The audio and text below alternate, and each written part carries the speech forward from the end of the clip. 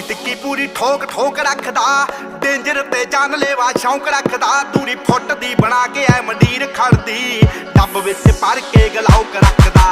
ਟਿੱਕੀ ਟਿੱਕੀ ਪੂਰੀ ਠੋਕ ਠੋਕ ਰੱਖਦਾ, ਡੇਂਜਰ ਤੇ